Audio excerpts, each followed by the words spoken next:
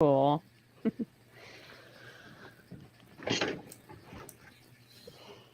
You work your magic, Joe. I'm pretty grateful. Yes. Oh, no, you're great. We're going to have a lot of fun tonight, too. Yes, Jimmy, y'all can hear that, right? Y'all hear the music playing in the background? Okay. I'm just making sure they're hearing us. Y'all can hear us and the music. That's what you're supposed to. Well, I haven't cranked the music up. We're just letting Rat in the Cage play. God. I can hear you. I can't hear any music, though. Why can't you hear the music? I know why you can't hear the music. Because you can't hear the music and they can't either. Only I can hear. I was jamming out, man. That's because this is what's supposed to be playing. Good thing somebody's doing their job around here, huh? No, what the hell? Okay, people. Now remember, if I play this, get your asses out and vote. I know where each and every one of y'all live. I've done hacked all your IP addresses now. So get your asses out and vote. Or I'm going to send you some funny surprises. Time for you to get out and nominate your favorite podcast. There are 4 amazing shows I want you to consider for the People's Choice Podcast Awards, the longest-running premier awards event in the podcasting space, open to shows worldwide. Vote at podcastawards.com to nominate the following shows. Writers and Illustrators of the Future podcast in 3 categories: education, storyteller drama, and art.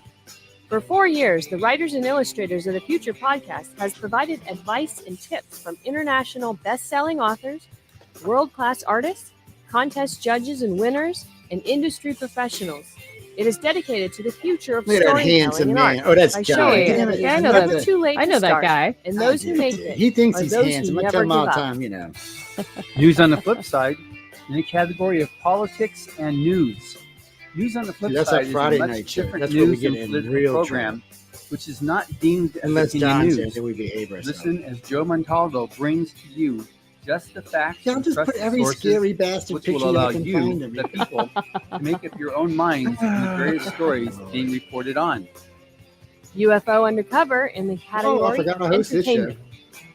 UFO Undercover brings you some of the most revealing and current research that is being done with respect to alien abductions and Yes, contact. now the government wants me Host to Joe come work for Montaldo them. has been an abduction researcher for over 35 years and Ridiculous. is No, I'm uniquely serious. Hey, qualified I've to been bring you offered live to be interviews with some of the You most look so well-known serious in that researchers picture. in ufology.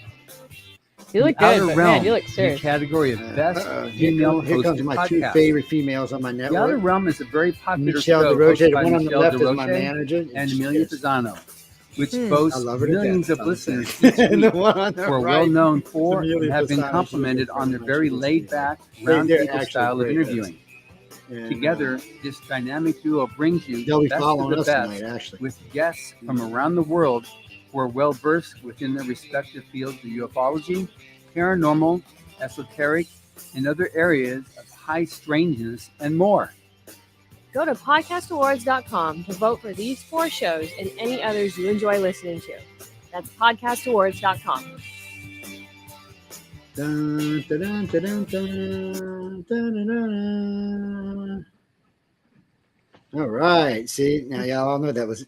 So usually I just get Emily's voice. On the past years, we just got Emily's voice, which is Emily Goodwin, ladies and gentlemen.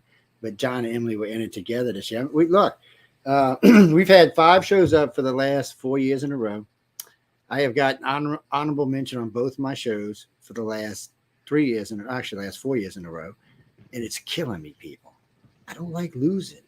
The guy said, we got honorable mention. That's like second place. Like, but what second place? I said, do you ever remember anybody comes in second place? No. I want to win. So people, I'm telling you, I'm serious. Y'all want to hear me moaning, bitch, like I did all last year? Then don't let us win. And I'll be crying and moaning and griping. Y'all know I host 3 different shows, and I guest on a lot of shows around the country and in my own network. So vote. I mean, we made it. We did well. I mean, there was 5 million people voted last year. We did really well. There was 12 people in our category. So, I mean, we did good. We just didn't get that, how many other votes we needed. Don't make me threaten y'all, okay? I do know witchcraft. Do not make me put the voodoo. Actually, I know voodoo. I put the voodoo on your ass. Yeah, voodoo would be more effective, I think. Yes. So get out and vote. Or when I go out to the swamp this weekend, well, not this weekend, but a couple weekends from now, I'm going to put the hoodoo voodoo on y'all. We're actually waiting for Larry Elmore. I'm going to send him another invite because I don't know what happened to our good friend Larry. Larry is a very interesting gentleman. Before I even introduce everybody, because we still got to play Rat in the Cage, but Larry's just a very interesting gentleman. He's got some of the best stories I've ever heard. I gotta Right? say, man. I agree. Him and I sat and got loaded up. Him and I and Tom Wood, by the way, sat and got loaded up. Nice. and, What a and time. and you know I like to talk. And Mhm. so does Tom, really. Oh, no, we were quiet the whole night and just let Larry. He's got the best stories I've ever heard, man. They're Mhm. just great people. Y'all get to hear some of them. If we get him on, y'all get to hear some of them. Let me email him right quick. Let's see. Let's just do it the easy way. Should we message him? Like direct message? Well, Karma's talking to him. Carmen's talking. I keep calling Karma, but Carmen's talking to him because he keeps texting me. Mhm. So let's try this one more time. Let's go copy the pretty little link and click, and away we go. I know, Jasper, you're not used to when people aren't where they're supposed. I know. Stop it. Why don't y'all go get in the chat room where April can see y'all? Okay, or one of the 8 chat rooms we have. Why don't y'all go get one of them? Well, they like to gang up. Well, this crowd comes with me from way back on Yahoo to Pal Talk, well, Fire Talk, then Pal Talk, and now here. And they like to get on Messenger and message the hell out of me. Mm-hmm. Right now, there's 11 messages open up asking who. I said, we're going to introduce the guest in a few minutes. Calm down. Technically, well, no, I can't edit it out because the promos in it. Well, I can edit this show and put the promo in. Yes, Clara, you'll be able to ask questions in just a few minutes. Yes, April was one of the winners. That's why she's here. She's a lot of fun to talk to. She's an excellent artist, and we'll get all in that in a few minutes. Yes. Okay, let me play this little part of Rat in the Cage, and we'll start talking till Larry comes in. Okay, y'all gonna be nice now, right? Y'all know y'all love this kind of music. I don't know why y'all don't. You know, I've been looking for what I'm looking for this show, and for News on the Flip Side. We've been testing out new intros for the show. So what we do is we find out what we want to put, find a blank spot, and then add the show titles. And we've been testing them out. So this is one of them. It just seems a little. Maybe this should be for Friday night show, guys. What do y'all think? Let's see.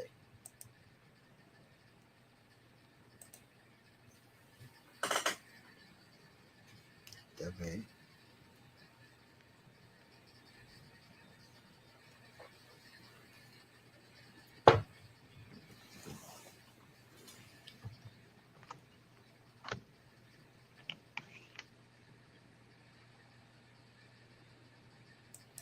You get to listen to Joe Montaldo talk for 2 hours. That's what you get, people. Oh, yeah, I like this. It might work.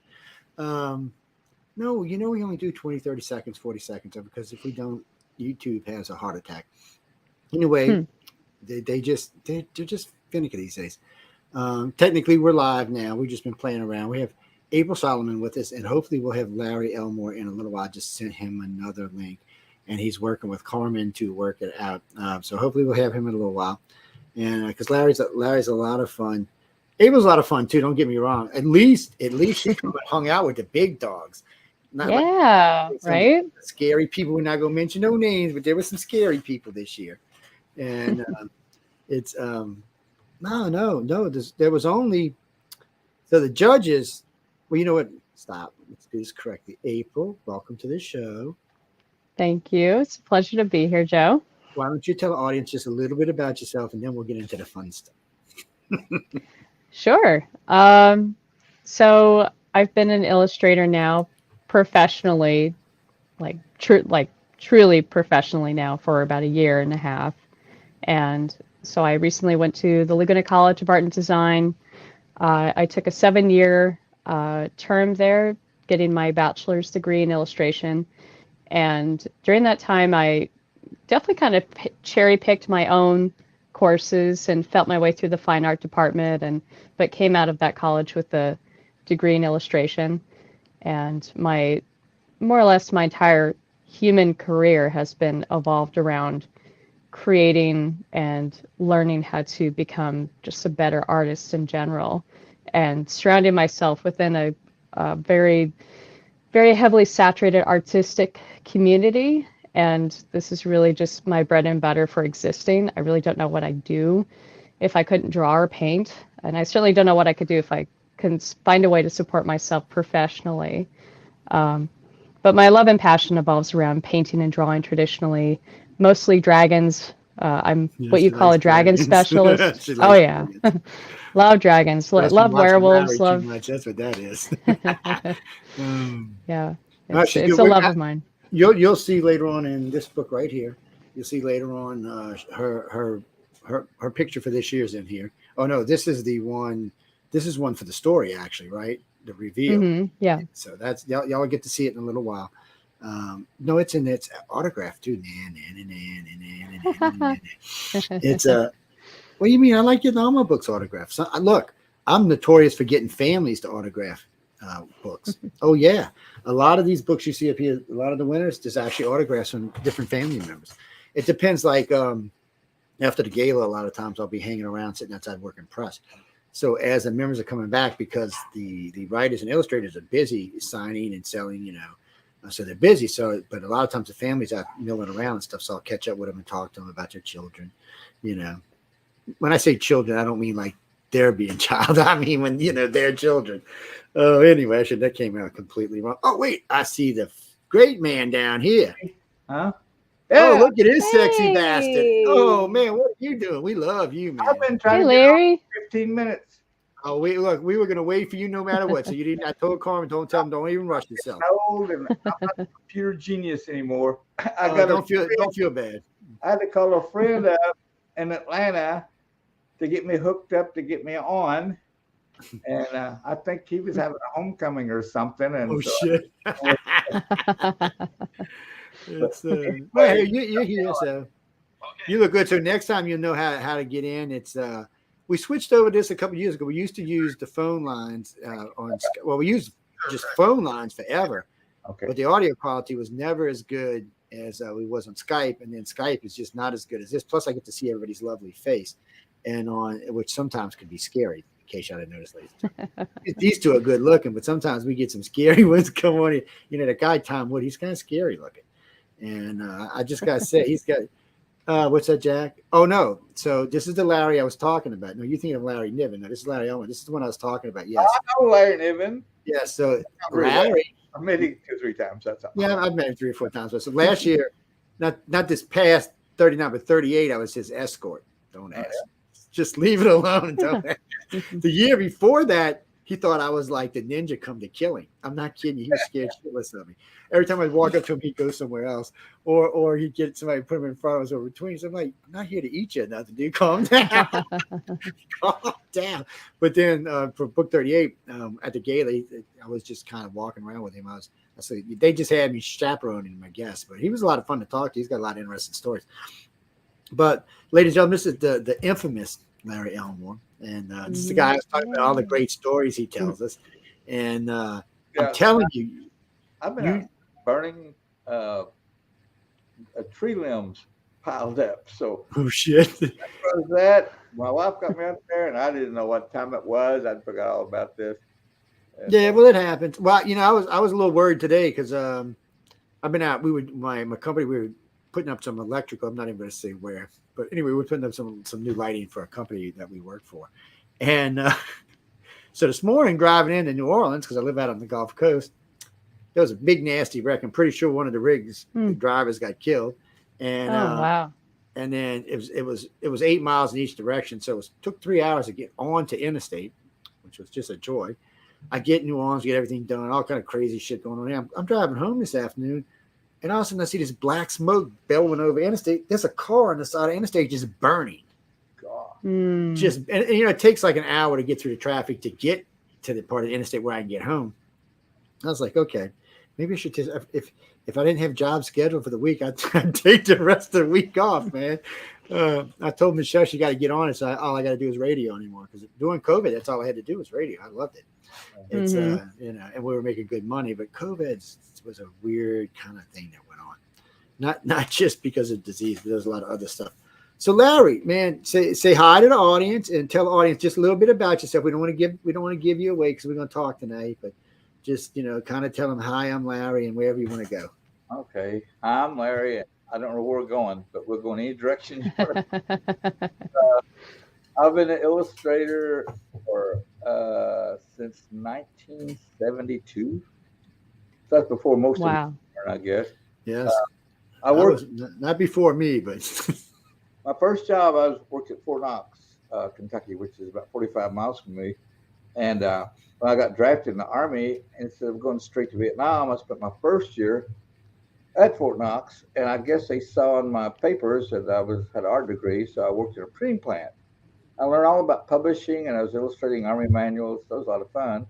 And then my second year in the Army, I was sent to Germany, and I love that because castles. I photographed castles and old villages. Yes, and it's beautiful there. The thing about Fort Knox, I'm one of the few people you'll ever meet that's been inside the gold vault. And I wish I could say that. Nobody's in there. I did a backdoor job for them, and they couldn't pay me or couldn't do anything. It had some art stuff, and so my boss and I and a couple more that worked on the job, they took us like a week apart, only two at one time, and that was it.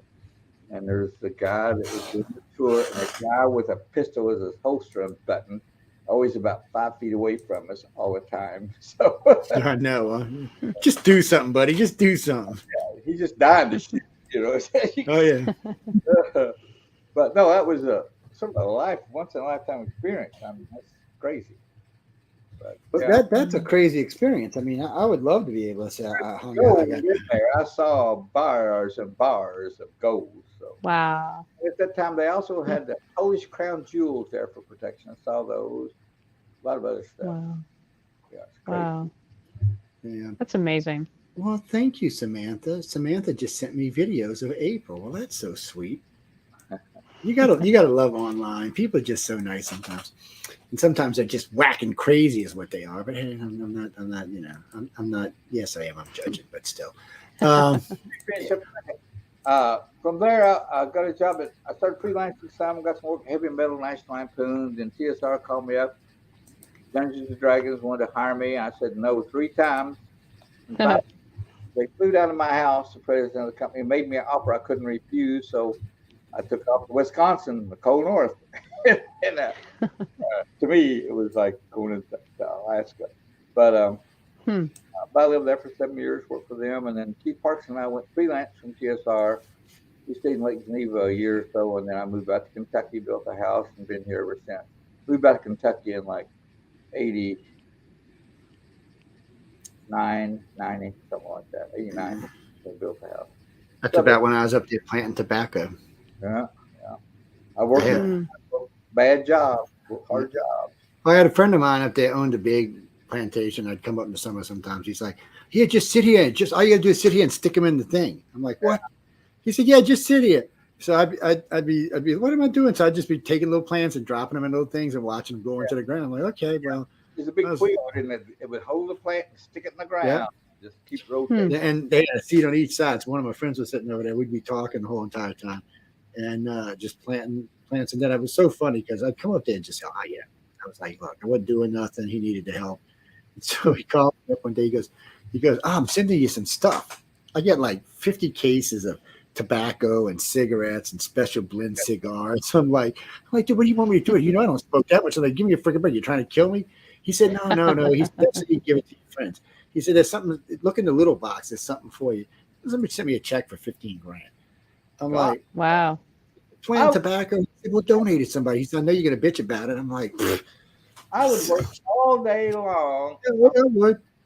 I would work in tobacco till it got too dry. Then I started hauling hay. They liked the dark for $5 a day. That was it. That was yeah. Wow. He told me. Yeah, I think he told me he paid his guys like it was either 25 cents or 50 cents a plant. And, I'm like, "How much money you make off of one plant? Somebody am I in the wrong line of work or something here?"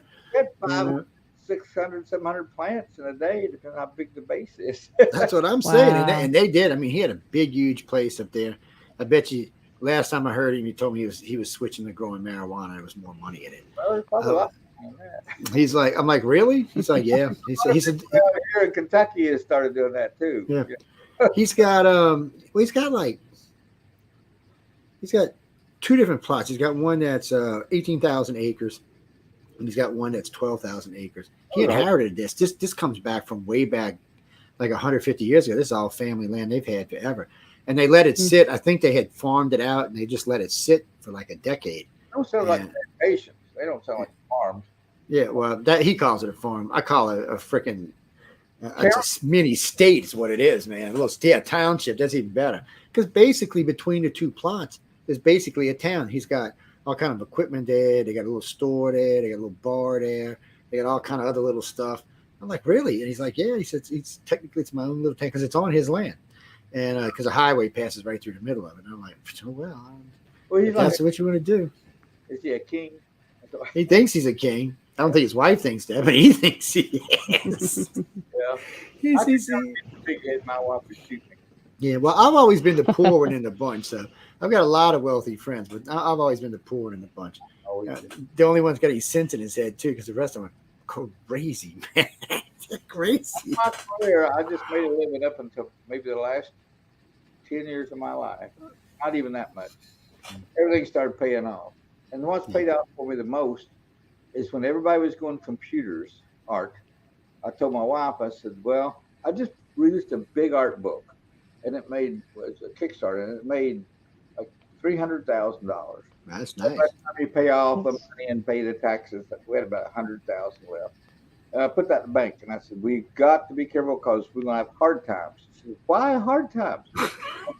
I am everybody's going computer art. I said, I'm not going computer. I'm going to keep doing it the old-fashioned way. She said, why? I said, I don't want to do it on computer for one thing, and I think everybody's going computer. I'm going to stay original.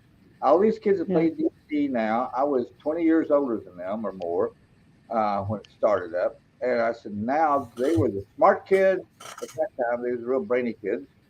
And I said, they're going to have good jobs and make a lot of money, and they want to hang original art in their house. Mm-hmm. That's a big gamble. I said, I'm going to take it. No, look, I'm easy because I've talked to April about this. Matter of fact, I was talking with Echo about this last Friday. We talk about both of y'all, matter of fact, because we were talking about dragons. Yeah. Well, we do. When Echo comes on my show, we do half of her regular art and her commercial stuff, and we do what I call her dirty art. Yeah. We'll just say risque art and leave it at that. But she's a painter, and I like real painters that paint in oil. It's a thing for me. I don't how to explain it, but it's always been one of those things.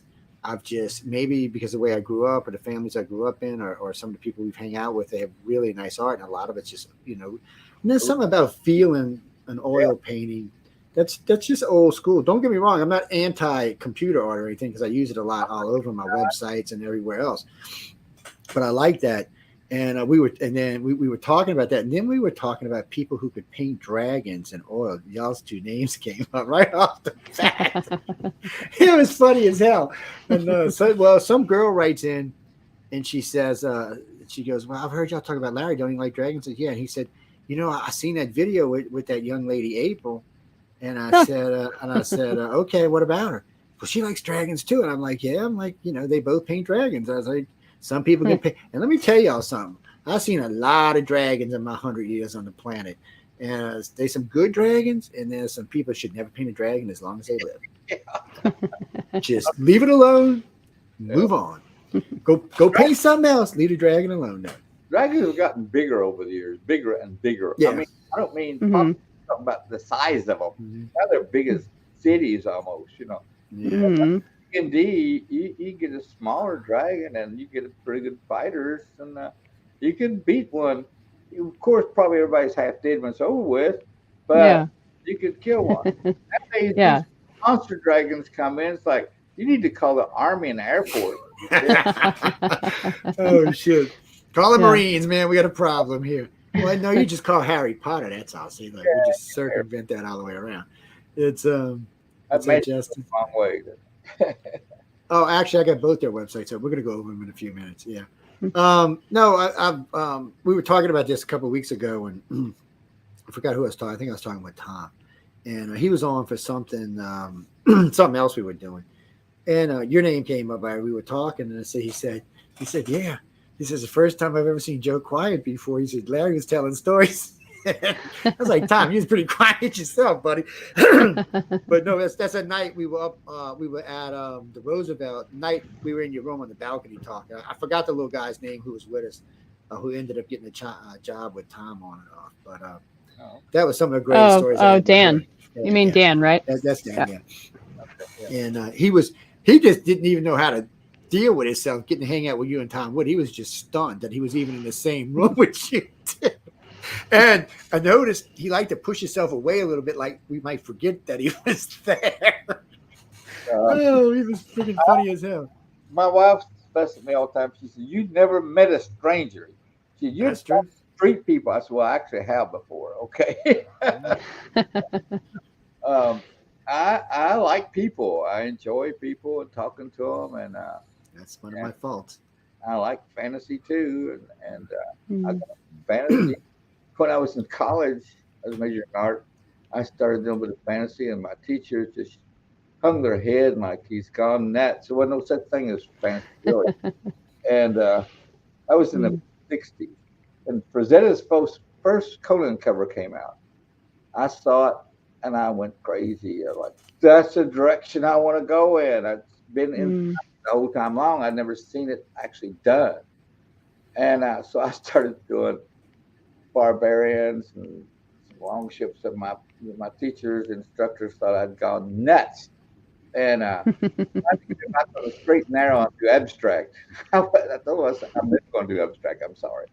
And so I must have done something right, because they had lined me up for a scholarship at Pratt to get a master's degree.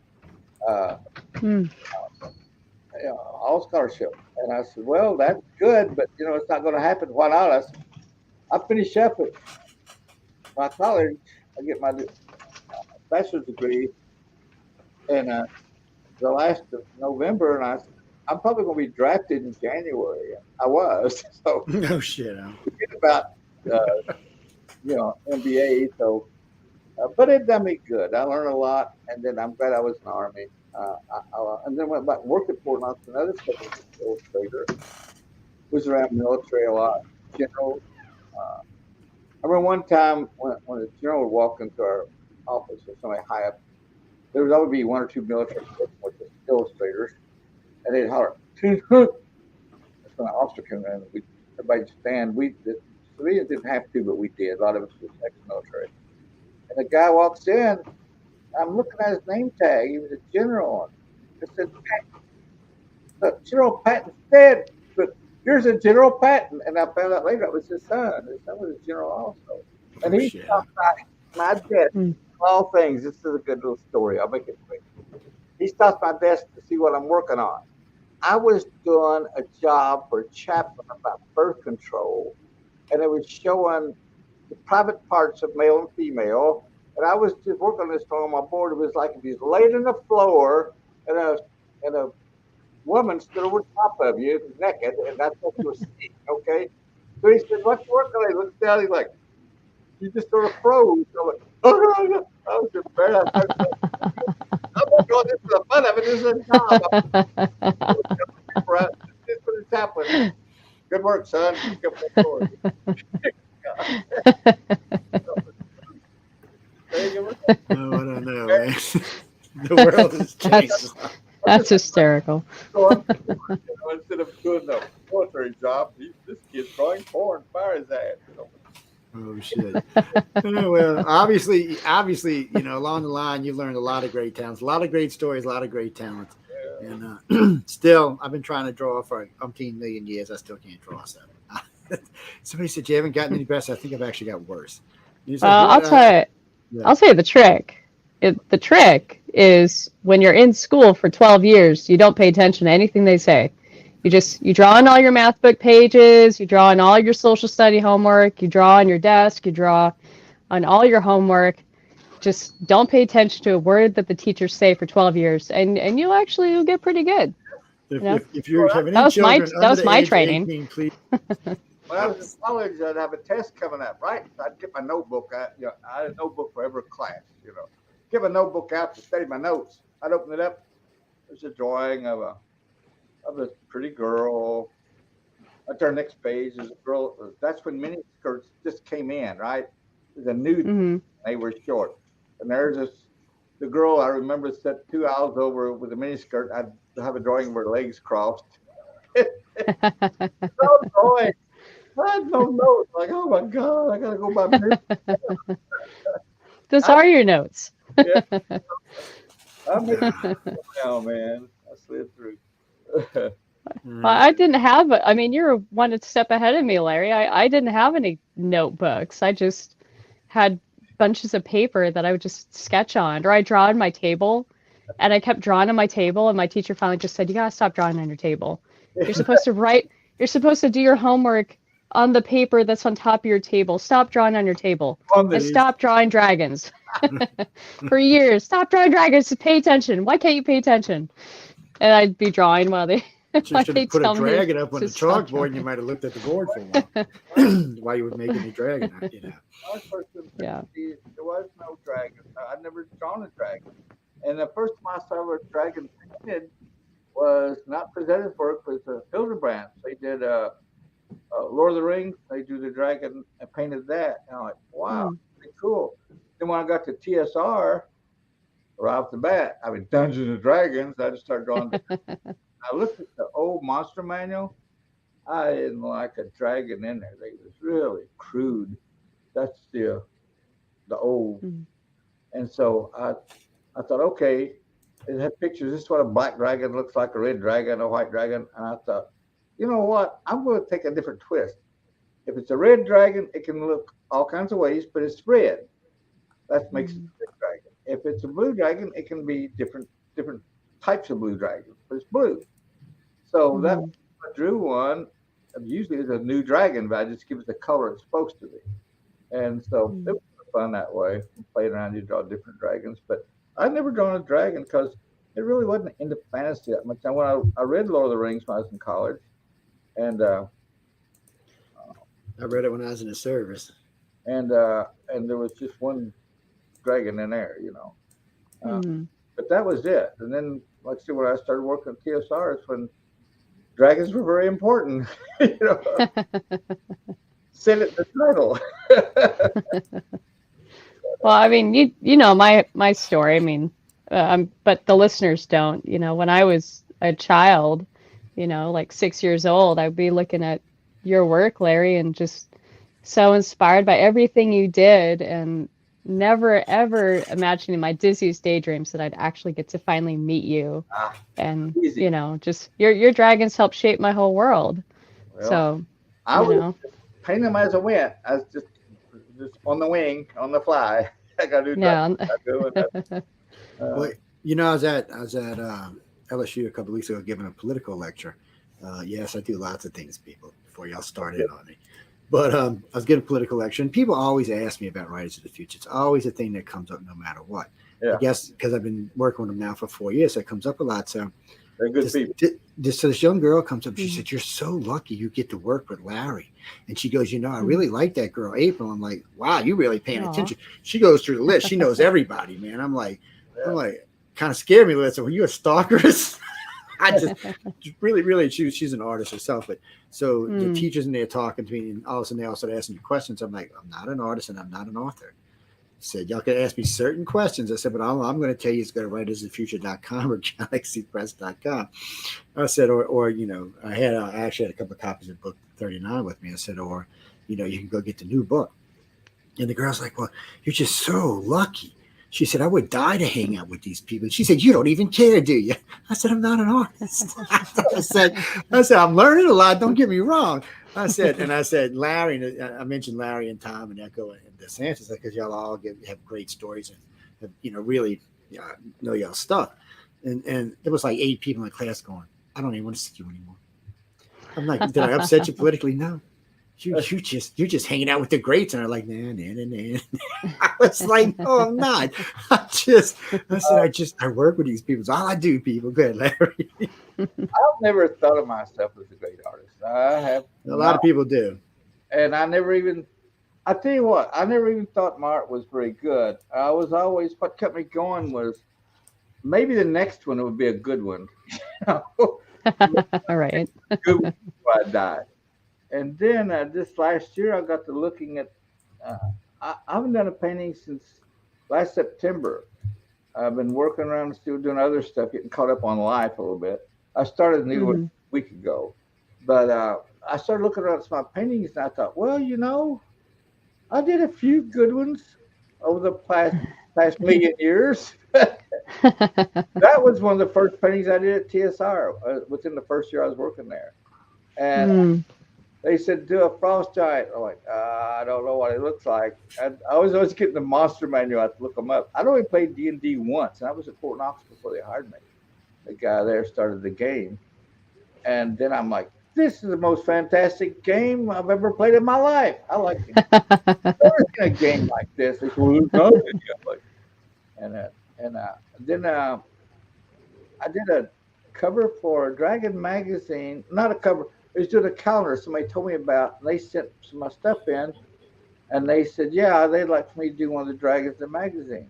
That's the first dragon I ever painted. And so I looked at the monster manual. My friend, he played D&D. I looked at it. Didn't like many. I liked the white dragon more than any. It looked more like a dragon. And so I painted a white dragon. And I just saw a picture of it the other day. It's pretty sad. But for some reason, they would have hired me off of that one friggin' painting. And then they asked for my portfolio. And when they saw that, then it was all mostly fantasy. But I hadn't painted but one dragon in my life. And well, Jennifer, no, I'm actually on Larry's site. There's a storefront. I'm actually in a store right now. Yeah, so y'all can go purchase these. Yes, you can.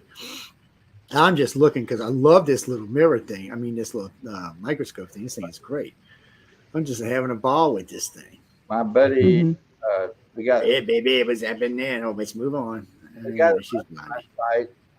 He was a friend of mine, but he's also a computer genius. He worked for like 7 companies at home, and he started running my site. He built the site. He runs Jeff Easley's website too. Jeff didn't have a website, and so he runs our 2 websites plus all his other work. I'll say he does. And I couldn't get on here tonight. I had to get James to come on my computer and get me on. Yeah, see, that's good. I see. Once it's usually set up in your system, though, it'll remember automatically most of the time. Yeah. Most of the time. What is that, Janine? Actually, no. You see where it says view card under there. You see it right there on the screen. You can see it. I'm just going through his work. This is this work he had posted because I got one of April's sites posted. I'm gonna go through hers in a little while too. But this is just. What do you mean? You want me to draw something? See this guy right here on the left with the dragon with the hammer on it? Yeah, this guy. Yeah, go to him. No, on the other side. Oh, on this side. Okay. Oh, no, back over the other side. Oh, this side. All right, we got you. That's Keith Parkinson. Is it? Oh, no way. Oh, that's cool. He went to work at TSR when he was like 21 or 22. And he started, and we were all older than him, and he started learning so quick it would scare you. He would have been, was a great artist. He would have, he'd been a better artist than any of us. He absorbed everything like a sponge. He was very intelligent, but he's dead. He died at 34. Yeah, that's rough. Yeah, that's a baby there. It's really tragic. Yeah. Because the paintings he was producing was like next level stuff, and Lord knows what he would have been doing today. I know, he was so young. I helped him. His weakest thing was anatomy. And I would help him. When we quit TSR, we stayed in Lake Geneva, Wisconsin, and we freelanced. We got a studio, just him and I. And Bill Willingham joined us later. But Keith and I, and Keith was a natural colorist. I mean, he could see color. He would paint with colors. I don't know how he's seen them. I don't know how he did it. That was his strength. My strength was drawing. Color was not my strength. So me working with him for the years at TSR and then sharing studio with him, I got to really pick his brain on color. And I had to learn to see color, what was really there, not let your brain take over. Oh, that's red. But that's the green, but it's not green. Look at it closely. It is a pale, washed out, dirty. Well, I call them non-colors. He learned me to see non-colors. I tried to see everything in a color that I could name. Like I said, my drawing skills were stronger than anything. But then when I started working in color, I kept thinking of, like, I had a crayon box with 10 colors in it. And that was it. Keith had a crayon box box with 250,000 colors. And I'm like, how do you see that? And he said, I don't know, you just got to learn to look at what you see, learn to see. Mm. And I'd always tell people when they want to draw, I said, learn to see what you're drawing. Well, dumbass me, I just had to learn to see the colors that was there. Don't name them. They have no names. They're colors. What does it take to mix that color? Not what color is it? And once I got my brain going in the right direction, my colors really started popping more. I started working more, not popping. Most of my colors, even at TSR, were pretty bright or gaudy colors. Now, these paintings, some of these were painted after Keith came in, and I started learning from him. And we used to, after work, lots of times, well, you could work at all hours there, but he and I stayed up a lot. And I would teach him. We'd get over to his desk, and I would teach him anatomy and teach him drawing. And then I would have him pick apart the painting I was working on, and he'd talk to me about color. And so we both taught each other a lot. Mm. All right, Smiley. We're going to call this guy Smiley. It's, we're just giving him a new name. What is that, Denise? Oh, no, those are watermarks, you see, so that you can't copy the picture and use them. Yeah, those are watermarks. No, that's what it is. That's what it's there for. Yeah, I have it in a lot of our stuff. Oh, yeah, because, people. No, what are you talking about? Steal. No, yeah, people do steal. And actually, we'll talk about that maybe a little bit. But, last week when we've talked about it. Let's see, Jeff Weiner was on with us talking about it. Tom Wood talked a little bit about it. And Echo talked a little bit about AI art. And right now, I'm anti-AI art. So I'm just being upfront about it. Maybe when somebody figures out how to keep everybody safe from it, then I'll be okay with it. It's here. We're done. Oh, it's here. Yeah, there's nothing you can do about it. It's here. But as long as you can't copyright it, it's not costing anybody any money. The people that paints by hand, that does actual artwork, we're screwed. I mean, you don't have to be an artist anymore. I mean, people would just pick up an iPhone, and this has happened to me 2 or 3 times. They sort of show me in life, and they said, whatever they say, Siri or whatever is on the phone, paint me a dragon in the style of Larry Elmore. And then in a minute, less than a minute, there'll be 6 paintings show up, full-color paintings. They looked a little bit like my style, but I think they're original paintings. I mean, it just made these things, I think. Yeah, Congress is talking about this because right now you can't copyright anything AI. So that's why companies don't want to use it, because they don't own it. So in other words, somebody could make a picture like this from an AI, and then I could use it. Anybody could use it. Yeah. So they don't want that because they don't own it and they can't make any money off of it. So, and right now nobody wants to give AI any kind of copyrights. I mean, eventually some company will make its own software, and then the trouble will start. But they're still going to need artists, because let's be honest, a pencil pusher doesn't have the imagination for what you're going to need to turn out true art. You can tell the computer all day long, and he's going to look at it and think it's okay, but when other people see it, they're going to be, because a good friend of mine, Jason, the other day did one. He said he wanted what did he want? He wanted a dingo fighting kangaroo. He got a 6-legged dingo with 4 eyes and a 3-legged kangaroo with an arm right in the middle. The reason why is because, one, there's too much stuff for them to choose for now. When it was just minimized but now it has the whole World Web to choose from, and it's confusing. I've seen this a few times now. It's actually confusing itself. It's going to get better and better. And right now, it's overthinking itself. So, but it is going to get better and better. I mean, I had Jeff Weiner do me a banner. I said, I forgot what I told him I wanted. The freaking thing was fabulous. I'm not even going to lie. But I don't own it. I mean, I could use it on my websites, but I don't want to do it because if I don't own it, and we build the brand on it, and people get to know it, and then somebody else decides they want to use it, there's nothing I can do about it. No. I'm just so I'm kind of like I like to stick to. I mean, we have people we work with that do art for us, and then I can't draw, but I can put banners together all day long. I know how to do that, man. Don't get me wrong. I can put art together. I can't create art myself. And not in the sense that y'all two do it. Well, you sort of bring up something like what's good, though. At least a lot of people I've found out that's got a lot of money, they like to have original art in their house. Yes, they do. And so what it's going Yep. to, if you're a good original artist, they're going to buy this. They'll buy your art, and you can make prints, copyright prints, and sell. And so you can still make a living, but I quit doing commercial art probably in 2023 because the paperback books and stuff was getting more and more stupid, and the art I had to do for the covers, I didn't think I could even sell them. Just stupid subject matter. And so I quit. And I said, well, I just started taking on contract art. People call me up, would I do a painting? Well, I got booked up for like 2 years off the bat, and I was only charging like $4,000 a painting, and I thought that was a lot. And and so and I painted big paintings, a lot of them close to 30 by 40s. And so I got booked up so much, I raised them to 10,000. I raised them to 15,000. Nice. Finally went to 20,000. That was 2 years ago. It's going on the second year. And I got booked up for a year solid. And I thought, I don't feel right charging more. I felt guilty. And I'm quitting. I'm quitting painting, paintings for other people. I'm 74. I will be 75 in August. I'm 74 years old, and how many paintings I've done just for myself? Maybe a handful. I'm running out of time, so I'm not doing any more commercial work, not for a private contract. I'm just going to paint for myself on out, coast on out, and do a few.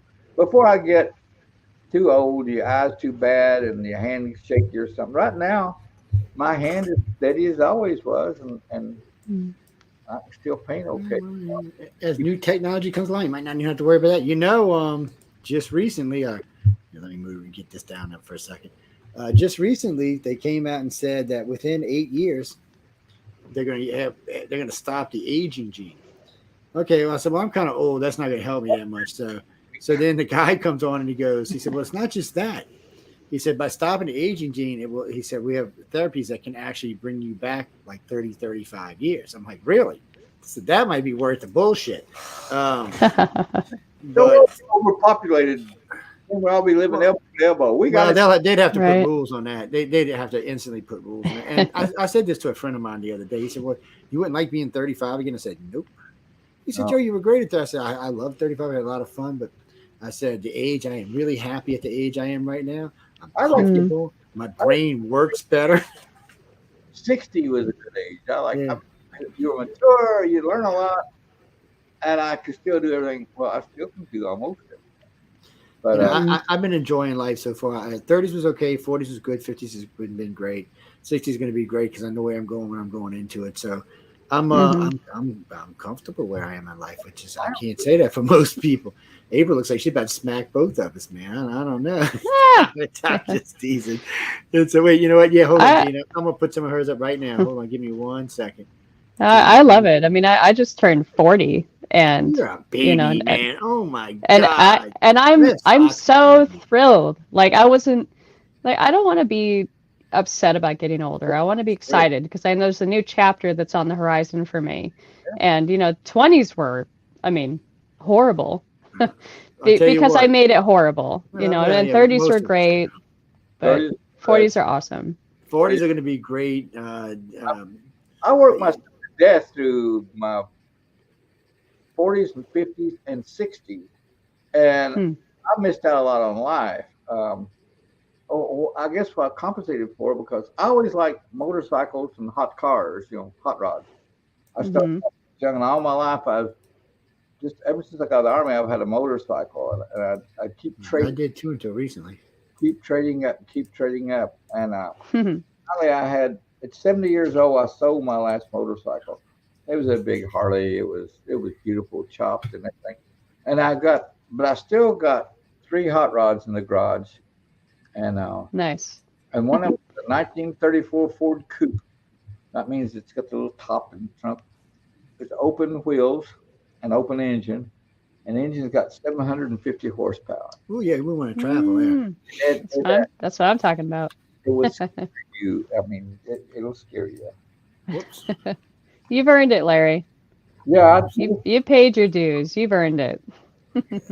Took a kid for a ride in it day before yesterday. I think I scared him half to death. How fast did you get it up to? Well, just going through the gears, it's 4 speed. Well, it's got a fifth gear, but that's more of a road gear.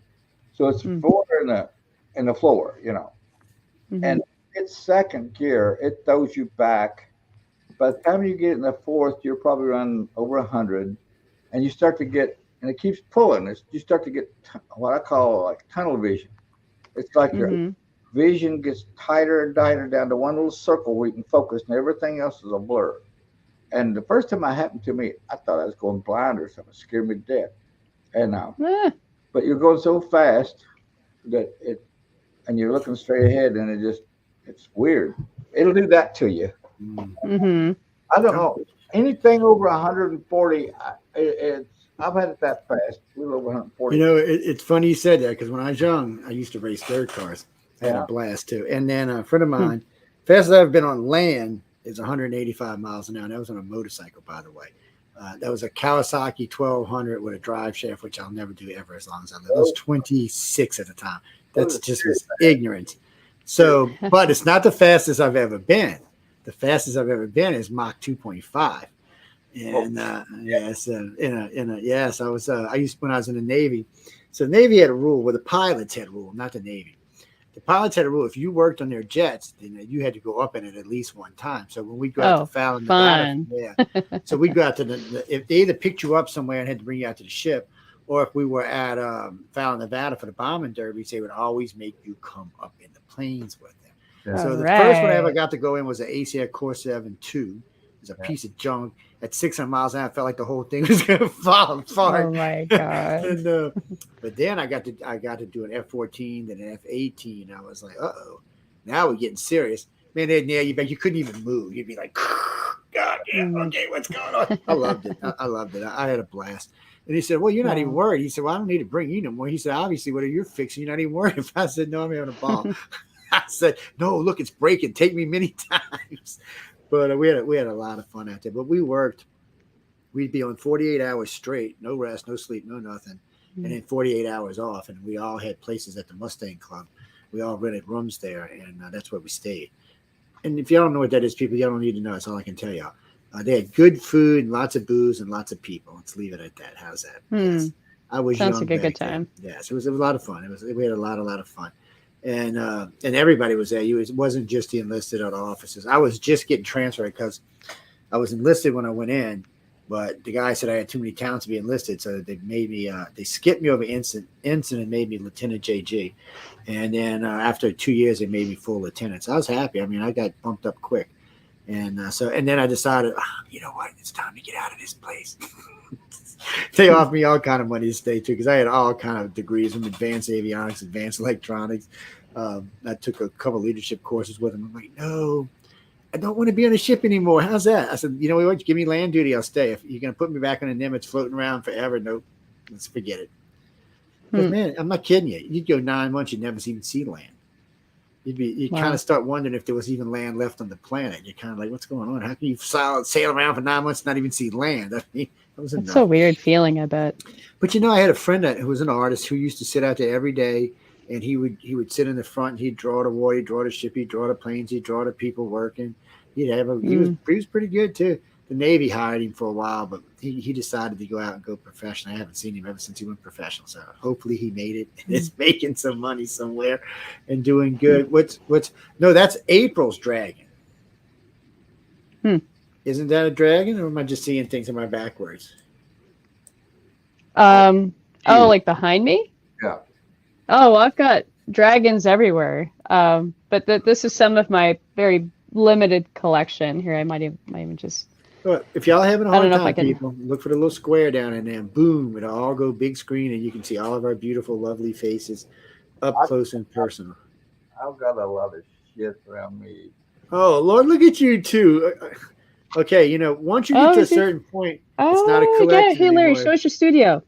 And then that's. Oh my gosh! Oh, that's beautiful, Larry. When I built wow. I'm so jealous. Before, my studio was was it's beautiful. it was nothing. So when we built this house, it called for a 3-car garage. Well, we just built it. Look at it. And I already told the builder, I said, I want the garage finished off. And I told her how many lights I wanted, where they want them. And my wife didn't know it. And she said, and I got all these bookshelves built in here too. And she said, Yep. what are you doing? This is a garage. I said, I put a garage door on it. It's got stuff all over it. But anyway. That's beautiful. I said, this is going to be my studio. She said, well, what are we going to do with the cars? Park them outside. This is my studio. Right. That's how you got to do it. I took the master bedroom in this house and converted it into a studio. Yeah. My wife looked at me like, what are you doing? I said, the other bedroom's just as big. She said, no. I said, yeah. She said, no. I said, the other bedroom's got a bathroom. I said, technically it's and it's got the big 90-inch windows in it. This one's got two, they got 2 big windows in there, but not like the ones in the other ones. I got 2 massive windows in my house. It's ridiculous. Wait, where did this come from? Nice. See, this looks like a dragon. Where is? Oh, there it is. So I sent Joe. I sent you a link for my website. Yeah, so that's that's a company that hires artists. Yes, that's which I'm a part of. But I sent you the website in the chat. We can do that, and then oops, where did I go? And hey, get out of here, website. We don't want you anymore. We just dropped you. No, I didn't drop you. Okay, there we go. There we go. So let's pop back over here. I see we got a link somewhere, and there it is. Open new link. Pull this over there and get it off our screen right there. Get rid of this link up there. Yes, people, I talk to myself. As long as I don't start answering myself back, we are good to go.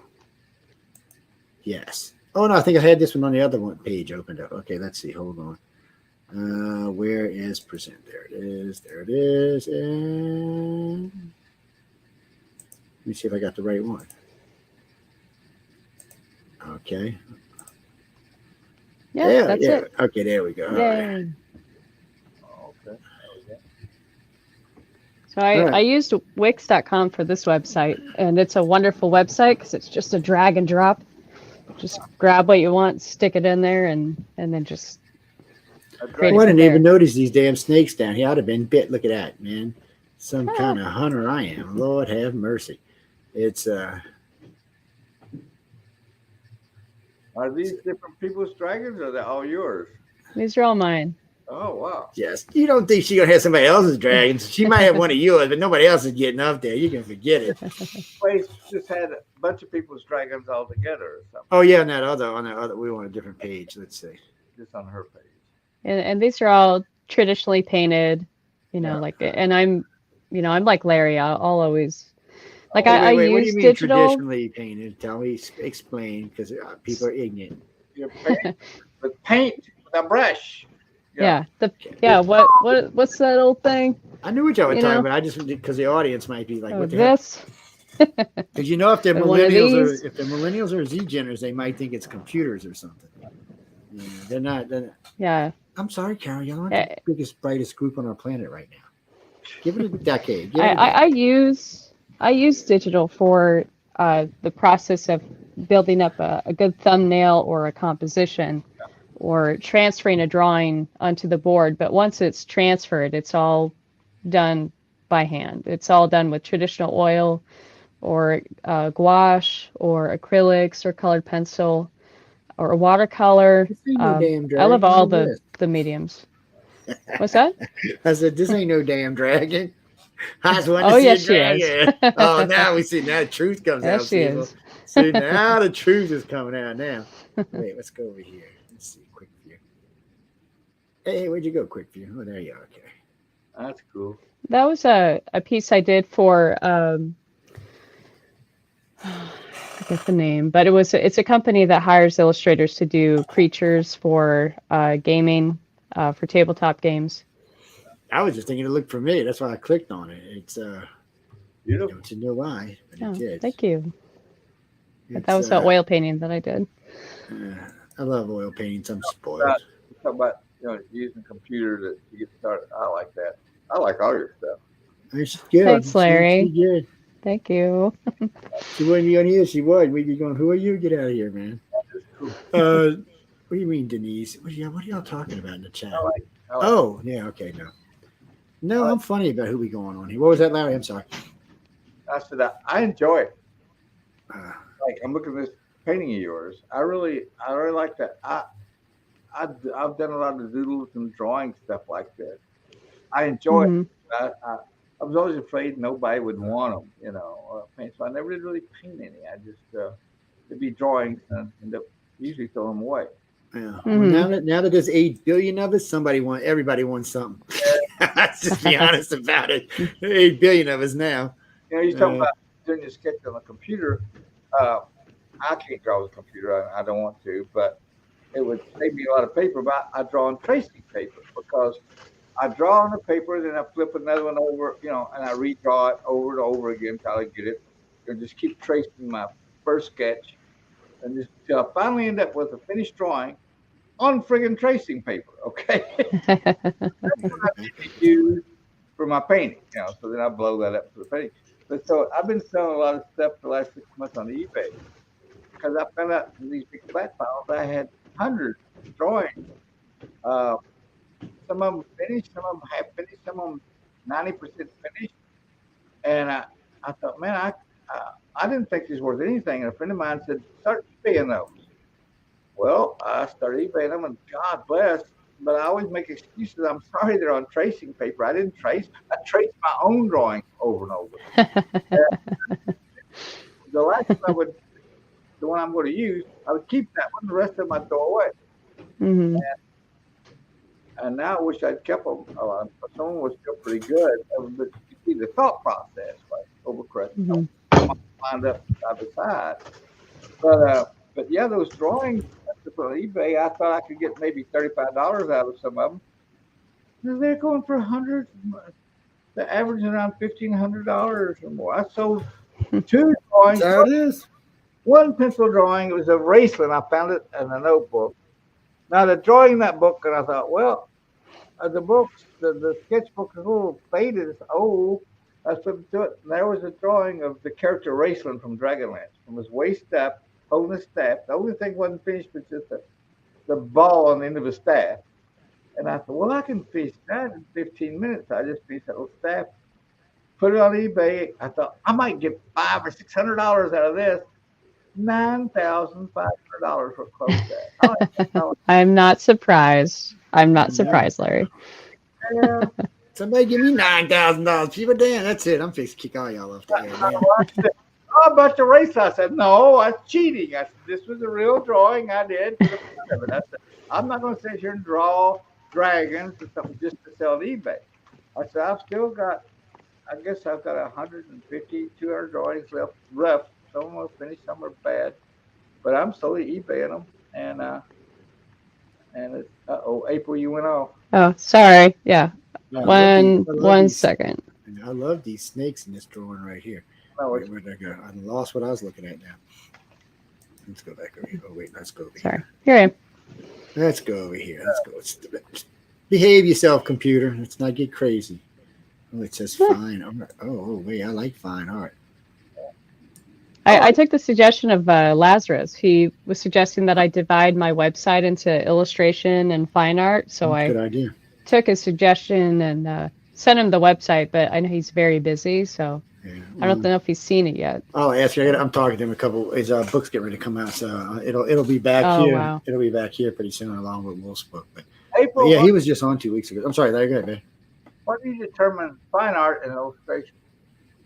So, okay, it's such a great question.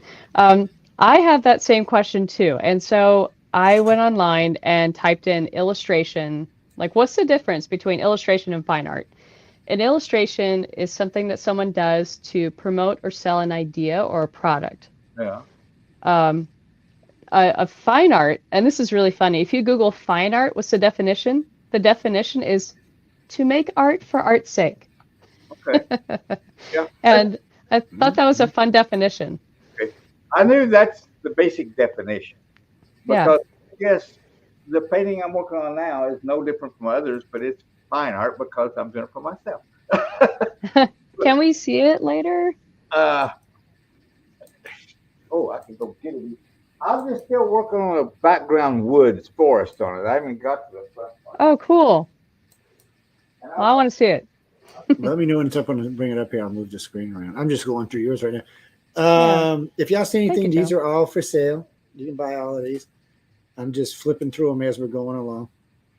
And, whoops! No, man, I did it again. All throughout there. I couldn't figure out where the hell I was. I was like lost again. Share. If you ever need help with websites, I build and design. I have 36 of them up. I'll try to do this. I gotta look at the screen to see where I'm pointing at. Speaking of which, I'm glad you said that too. Much glare. I better put that back where it was at. There's so much glare though. Oh, that's really cool, Larry. And trees. Oh, wow. And then we got a. Oh, that's so cool. Hey, where'd he go? I know, where did you go? Hold on, Larry. I lost you. Somehow I got up in the front. What's going on here? There we go. There we go. So there's. Oh, wow. She's and weeds behind her. Holy shit, Larry. So, that's awesome. And these Damn. These are the sticks stacked up, okay? Wow. Gal, so cool. So you drew it on, like you drew the drawing directly on the surface on Masonite. Now you're painting over the drawing or glazing over it? Yes and no. I did okay. I used to do that. I would do the drawing, not on Masonite, I did it on paper, and then I would transfer it down and all that stuff. Mm-hmm. You know, I would usually end up on tracing paper, or I would. That's why I messed up a lot of the good drawings, because I would put lead on the back of the tracing paper, and then I've lost all you all. Can y'all see me? Oh, do you see us? I see you. I see him. Yeah, I see him just fine. See y'all. But anyway, I found a place in Nashville. It was a sign place, and they did signs. And I was down there, somebody told me about them, and I went over to see them. I don't know why I had to see them for, but I was watching them. They was printing from the computer, printing a sign on this humongous printer that was, I guess, the surface where you lay the artwork down, or the paper or the board is going to be printed on, was probably 10 foot by 6 foot or 8 foot. Good Lord. Holy cow. And they can print that big, like banners. I said, can you print something on Masonite? They go, sure. So the next time I had my drawing all done, I scanned it in, put it on a thumb drive, took it to Nashville, and they printed on my Masonite. So that's like a day and a half of transferring all that stuff down. Oh my God.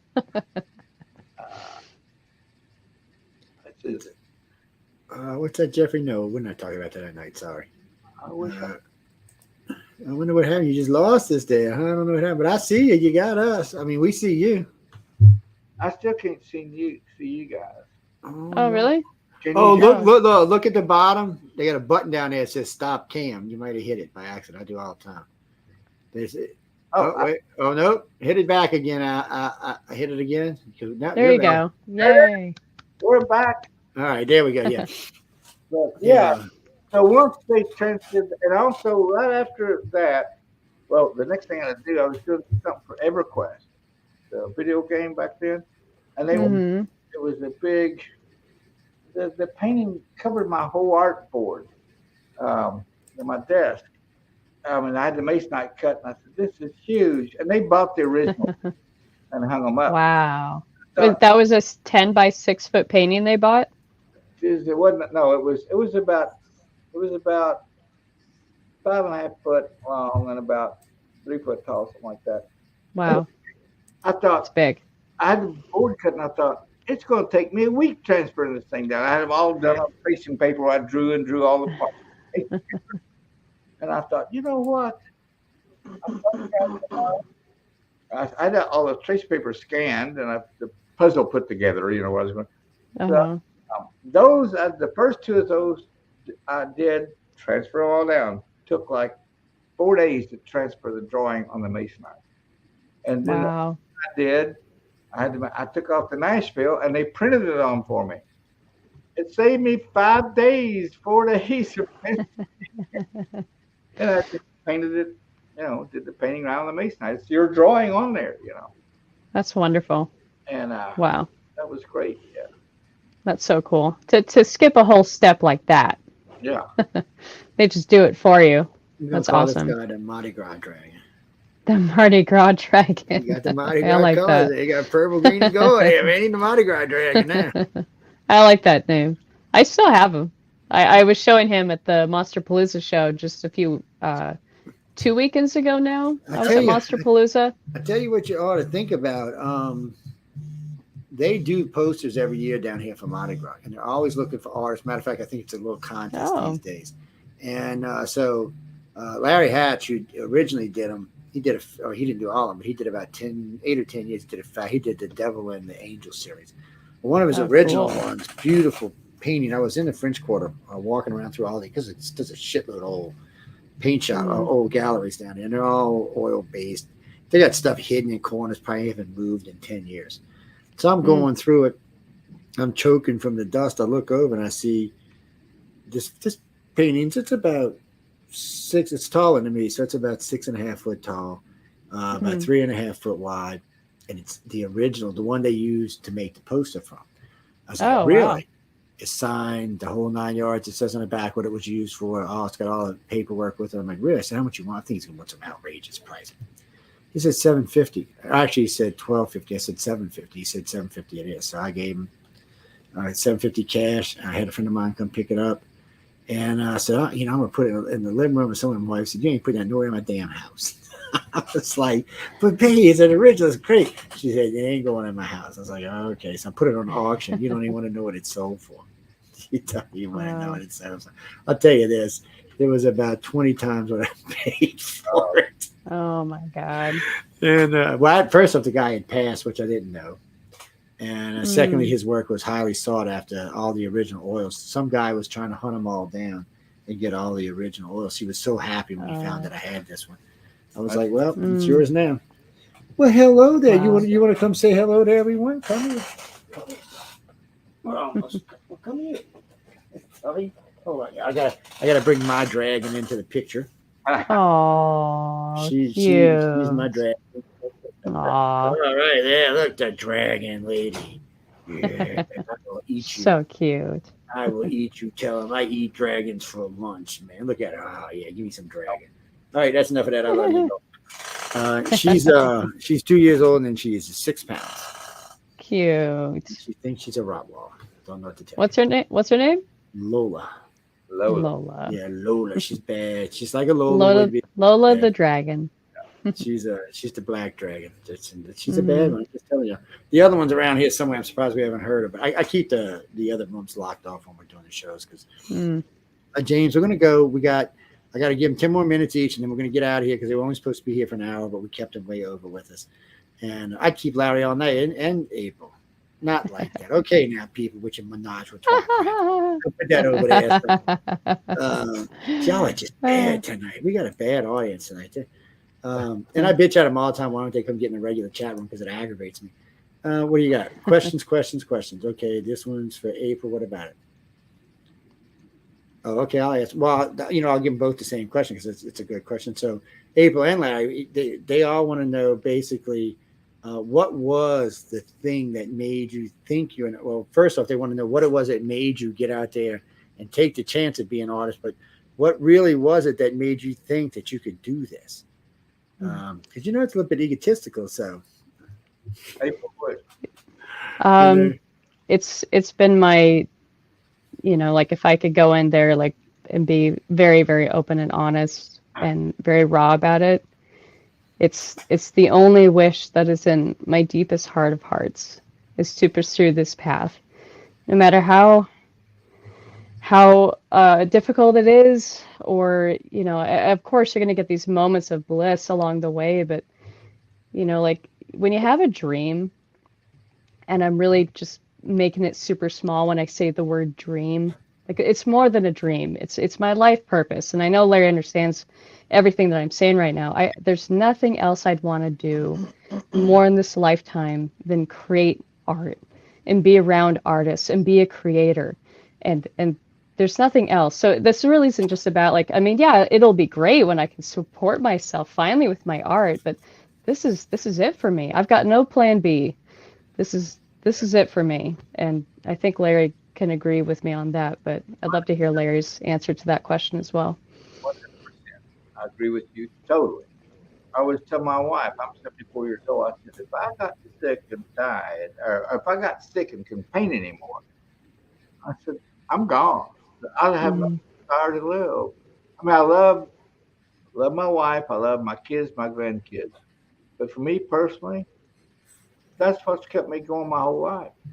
Going back to what I said before, sort of jokingly, but I'm still trying to get one right. You know, never stop. You're obsessed with it. It's the only thing I can do very good at all. And I was born with it. I remember I was maybe 3 years old, and we didn't have money. We was poor. My dad got tuberculosis after World War II, and back then it was a killer. But he would be gone in the hospital to stay for like 6 months or a year, and it's just mom and myself living out in the country. At that time, this was like 1950, and in the country with no electricity, no running water. Mom would hold me in her lap. I remember it and read me stories under lamplight, kerosene lamp, and I would draw on the table. Her brother would come in to get groceries, and there'd be he'd come back with about once a month. He'd come back with a box and 4 bags, those old brown grocery bags.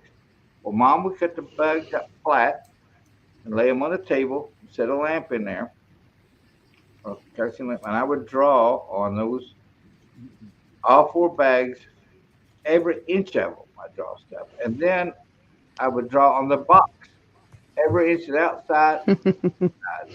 And she would cut it up and make a little house out of the garage, make windows and doors. I mean, she'd make a garage and I'd put my little cars in. It'd be about time to get groceries again, so the cycle started again. But one of my cool. memories, we rented this little 2-bedroom house. I'd go back in the house. He was gone. He spent most of his time in the hospital the first 10 years of my life. But he finally beat it and lived to be 94 years old. But I remember we moved this little 2-room house and they just painted it. And I walked in there and I was probably about 3. And I had a pencil and there was that big white wall and I drew a car on that wall. Mom caught me about halfway through. And she rubbed the wall, throwing my drawing off. I never drawn in my life. I never forget. It looked like they were perfectly round. I'm sure they were different away. But they looked like and that just killed me, man. I told Mom, I said, that's my best. You don't draw on the wall, but it was perfect. And, Oh, but it's my magnum opus. I drew I got in the first grade. 1-room country school, 1 through 8th grade. Teacher was a big woman, and she had not a switch, but a pole.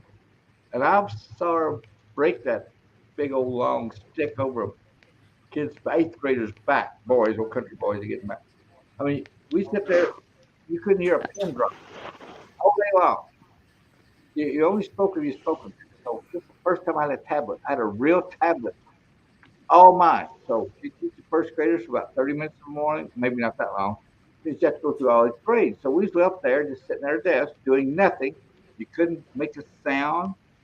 So I have a whole tablet.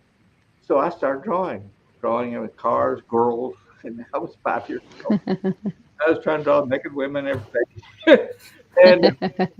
And one day, about the second week of school, she said, everybody got a new piece of paper. She come back to the first graders again in the evening. And I looked and I drawn my whole tablet up. And I'm like, raised my hand. She said, what? I said, I don't have any clean pages. She said, that's a new tablet. She got up and grabbed my tablet. Got to the next. So she kept my tablet, went to her desk, wrote a note, so we give it to my mom and dad. My dad was home at the time. He's out of the hospital then. And I give him the note. I didn't know what it said. I couldn't read yet. So they was at the kitchen table reading the note, and everyone's probably both look at me. And so Dad took me to school the next day and went in and talked to the teacher. Well, she waited till all the class was set down because you're a pin drop. She pulls my tablet out of the drawer, sitting in her chair at her desk. She said, Dad's standing looking over his shoulder, and they start going through my tablet. Every once in a while, they both stop and look at me. And I was over there curled up in a ball. Oh gosh. And so, Mom does some kind of wacko. But hey, I love women as long as I can remember. Drawing cars and drawing women, drawing horses and stuff. And but then I didn't draw another girl. And Mom got worried about me till I was 9 years old. I was afraid to draw girls because maybe I want to draw them sexy girls. I was too young. And I remember I was at Grandma's house back then.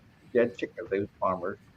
And big shade trees in the front yard. And under the shade trees, the chickens would hang out there. In the summertime, it was cool. Well, all the grass was wore off. It was just the dirt. It was packed hard as a rock. And I was out there where it was cool, and I saw an old rusty nail. Picked up I could draw in that dirt. So I drew a car. I think I drew a horse. And I drew a naked girl. Wiped it all off. I was like, it's like a horse. But you couldn't redraw in the same spot. I bet I drew up an acre of ground that day. And back in drawing females again. I think Mom was relieved. Like, well, he's a normal kid. He's drawing girls again. He's on loose again. Wait, hold on. Let me put this up there because other people have been asking to see it. Whoops, let me get my fingers where y'all can actually see it. And my finger's not on there. Well, that looks familiar. I think I've seen that at Writers of the Future. Let's get the crazy guy out of there. Do you want to see the original painting? Yeah, put it up there. Or send it over All right, one second. There you go. Okay. This goes with a story, people. Yes. All the artwork in here goes with these different stories that are going throughout the book. This is my own personal. I had 2 personal copies. They're all autographed. They have multiple different types of autographs on them. These 2 have special autographs in them, so y'all never getting your fingers on them. See, they send me stuff like that. See back here. I don't know if you can see. This is the poster. That's one of the originals from Earth Final Conflict. It's one of the ones I use. I think it's. I remember. Yeah, it's 86. It's 76. It's signed. Number the whole 9 yards. So every time people see it back, that's why you don't see it as much. Oh, when you're auctioning it off, you're going to give it away this Christmas. I'm like, no, it's my photo. It stayed back there. And the one right next to it, that's a paddle wheeler sinking in the swamp. People are always trying to get it from me.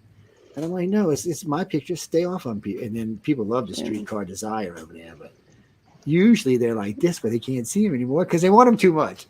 It's see, and I put everybody, just so y'all both know this. If you get stuff new and you're out trying to sell it, send me a copy now. And just like we do with the books, we'll put it back there because we post artwork on the walls. We post them over there. My whole studio has got artwork throughout the whole damn thing. So I post them in here because, some of my friends are doing art. I met quite a few people with y'all now, Writers of the Future, that I want to help out. So I tell them, send me something, I'll put it up there. People can see it. You don't need a lag because you're going to be a millionaire anyway. But for the youngins, they can need the youngins. But for the artists, anybody can use help. I know what it's like to be starving in the field. I think April fell asleep or something. Yeah. Oh, I'm showing you the original painting. We can't see you froze. This is the original. Wait, but you're froze. Am I frozen? Yeah, am I frozen? Yeah, you frozen. Oh, we can. Now you're not frozen. Wait. There you go. You're back. Okay, am I here? Okay. Now I was showing you the original painting. So you can see how big it is. Yeah, so I'm gonna put you on big screen so we can see you. There we go. There we go. Yeah, there you go. Looks good. So this is the original painting. It's on masonite board.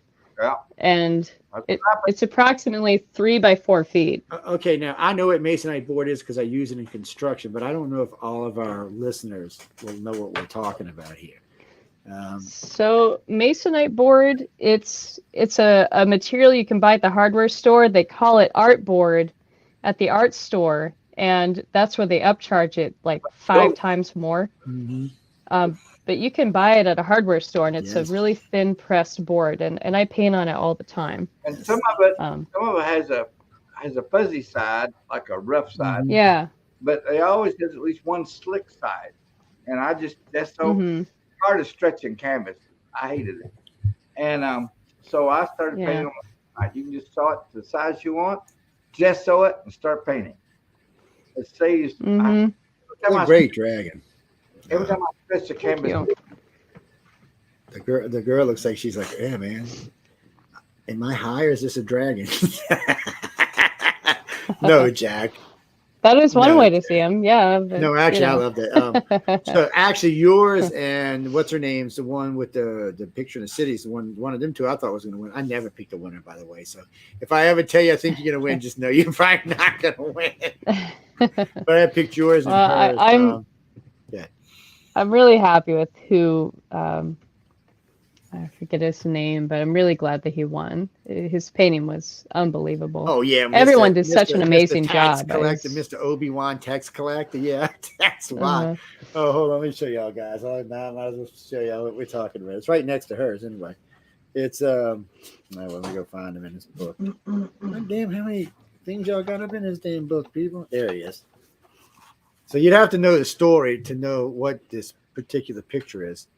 But if you notice, you see the guy with the sickle behind him, and you see with the cloak on him and all. I said, so it was a Grim Reaper and the tax collector. That's what that is. Mm-hmm. Yeah, so you know what it is. So you should get the book, guys and girls. You can get it over at galaxypress.com. It's pretty good.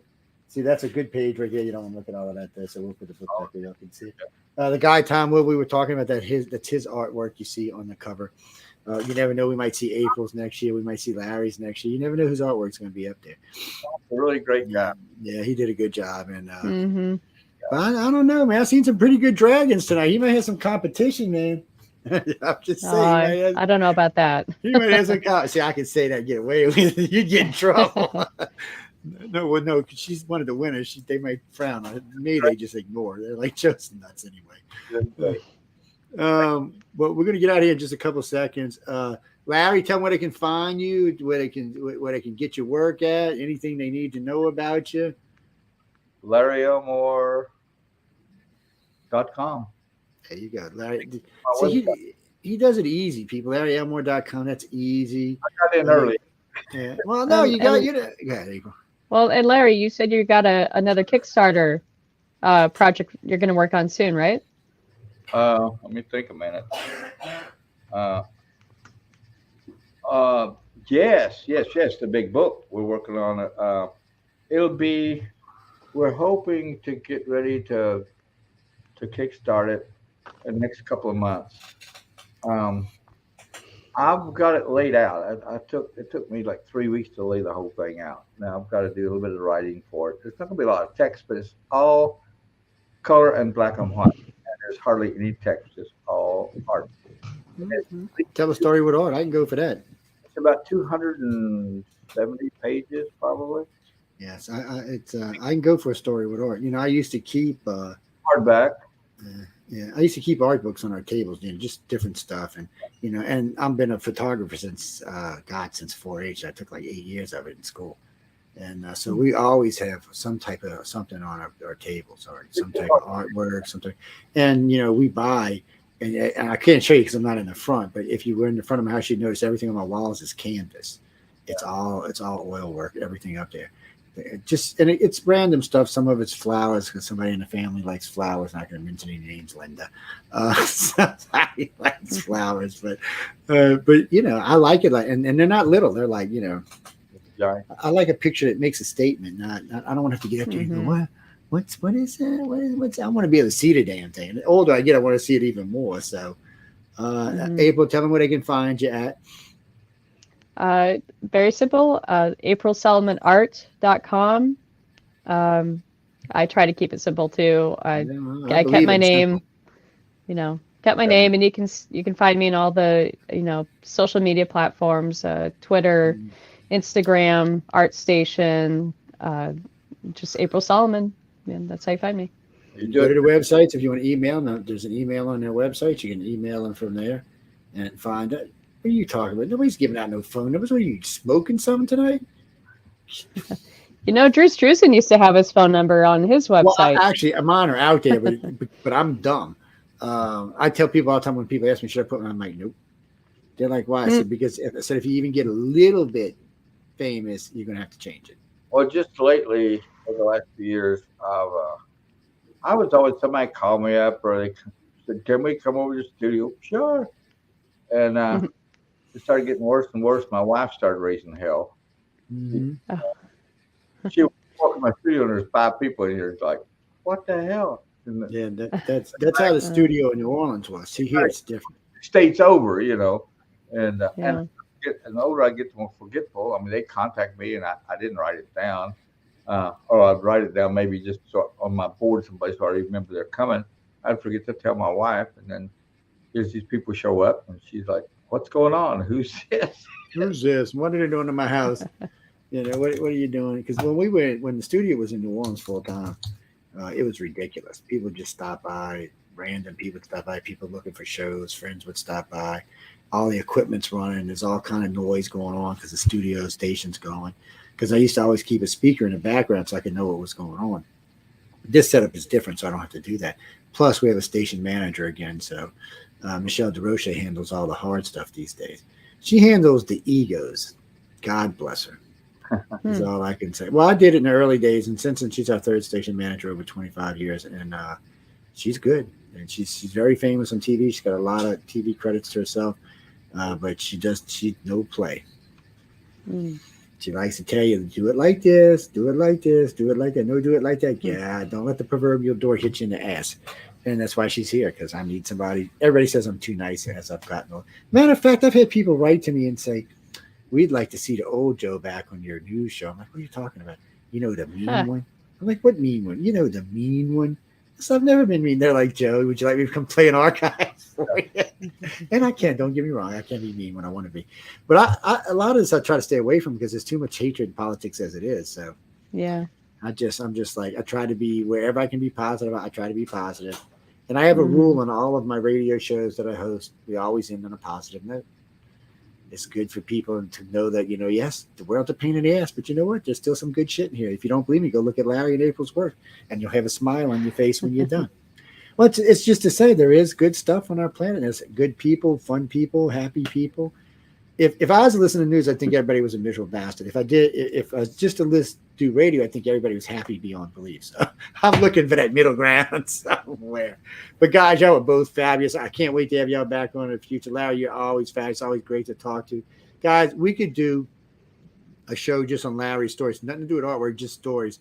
And it take him out. It might take him a couple of days, man. The man is great. I love listening to him. He's got a good voice. He's got a lot of stuff. He's a lot of fun. I don't feel any hatred coming off him, which is so nice in radio today. April's the same way. She's fabulous. And she's just a baby now, you know. I'm just kidding. I don't like calling 40-year-olds babies. They get mad at me when I do that. You're fine. You're fine. I grew up in the 80s. I'm fine. You're good. She's still kind of feral. Okay, that's what that means. So if you're at the top of the millennials or an X-Gen or see the top of the millennials are the last feral generation. What I mean by that, they still had to go outside and play. No, go outside. Yeah. No, go outside. No, go out. No, wait, what did I tell you? Go outside. And sometimes you might not see your kids till 10 o'clock at night. And you're like, oh. And then here they come walking in the house. That's how it was when I was growing up. It's not that way now. My son's a millennial, and he spent about half his time in the house and about half his time out the house. And because I should have never bought him a PlayStation. That was. I'm like you. I spent probably 90% of my. I did. My mom was furious. She said, if it's not dark, don't come in the house. I was like, Mom. She's like, nope. We knew in the summertime you could stay because it got dark later. You could stay till outside till it got dark, was around 9 o'clock. I mean, we knew we should be home by about 9. Yes. And about dark. You had to get home and eat supper, not dinner. We had to get home and eat supper. Yeah. And if it wasn't, Dad would get mad. Didn't want Dad mad at us. Yes. Well, I never wanted nobody looking for me, so I always tried to be home when I was supposed to be. But because Dad, I wasn't worried about. Dad was cool. Mom would have lost her freaking mind now. Where were you?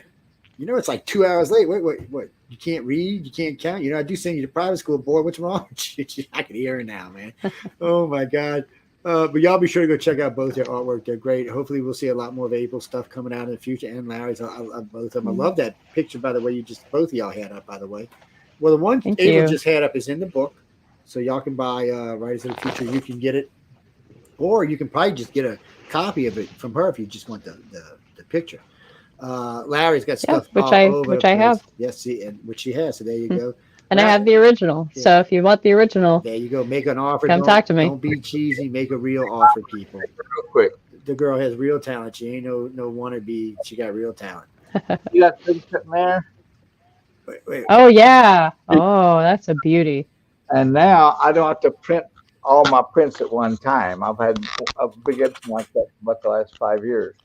And It's the way to do it. we take the orders in. My wife, now that she's retired, she does all the printing and shipping. So we just do What printer is that, Larry? Is that a Canon or Epson Epson? Okay. P6000. That's a beauty. Yeah. It's right now, I think it's one of the bigger home ones they make.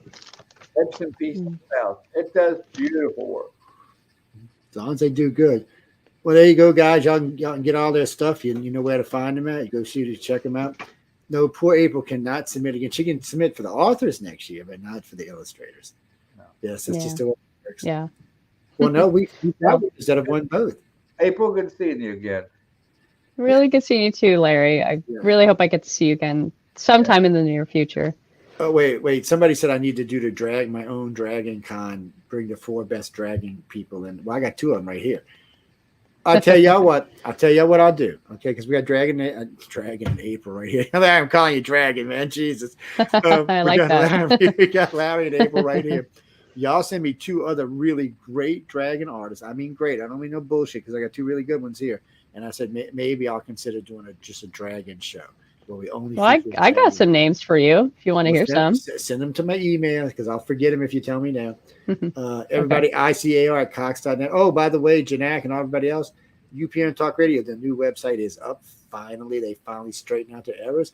They'll be getting updated for the next 5 days because a lot of other shit going on at the Host Cut Assembly. But once it's up, it's up. By the way, I will feature y'all sometime this week, and both of y'all will be up on the website. So. That'd be awesome. Probably Saturday, because right now I'm working like people. By the way, I thought slavery was over with. I'm just saying because I'm being worked like a damn slave right now. And no, Gene, I do own my own business, but let me explain to you about owning your own business. All owning your own business means is you're gonna work more. That's all it means. Yes, you get more money. I ain't gonna lie, you get more of your money, but all it means is you're gonna work more. No, because nobody's doing it for you. You got to do it all. Yeah, you can. Yeah. Off all you want to, but you'll starve. Yes, that's true. That's true.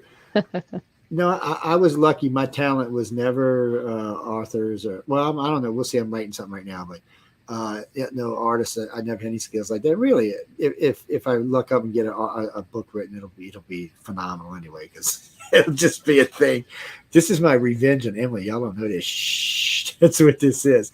Emily's been bugging me for 3 years to write a book. So I said, okay, when I finish, it's all going in a vanilla envelope. I'm going to print the whole damn thing out, and I'm sending it to Emily. Yes, Emily Goodwin. No, I love Emily. Y'all don't take that the wrong way. I really do. She's an insane, working, hard woman.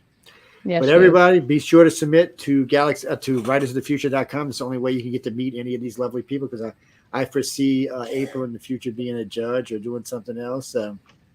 I have psycho abilities. What can I tell you? And they're always looking for good people. The Writers of the Future is always looking. Writers and Illustrators Future is always looking for good people.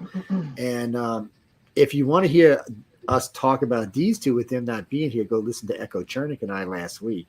And you'll hear what we were saying when they weren't actually, which is all good, by the way, but still.